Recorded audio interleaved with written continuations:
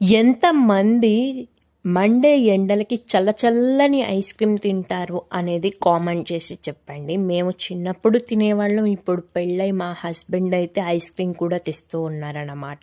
ఇప్పటికి కూడా మేము ఆ పద్ధతి మార్చుకోలేదు. ఎండాకాలం మండే ఎండల్లో చల్లచల్లని ఐస్ క్రీమ్ తింటే అప్పటికి ఇప్పటికీ ఏ మార్పు లేదు.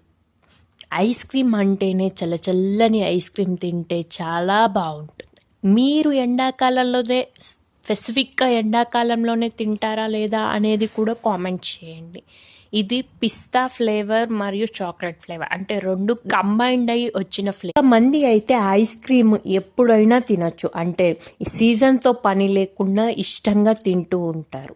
మీరు ఎప్పుడు తింటారు అనేది కూడా కామెంట్ చేయండి. కొంతమంది వర్షాకాలం తినాలనుకుంటారు, కొంతమంది మిడ్ నైట్ తినాలనుకుంటారు. మీరు ఎప్పుడు ఎక్కడ తినాలనుకుంటారు అనేది కూడా కామెంట్ చేసి చెప్పండి.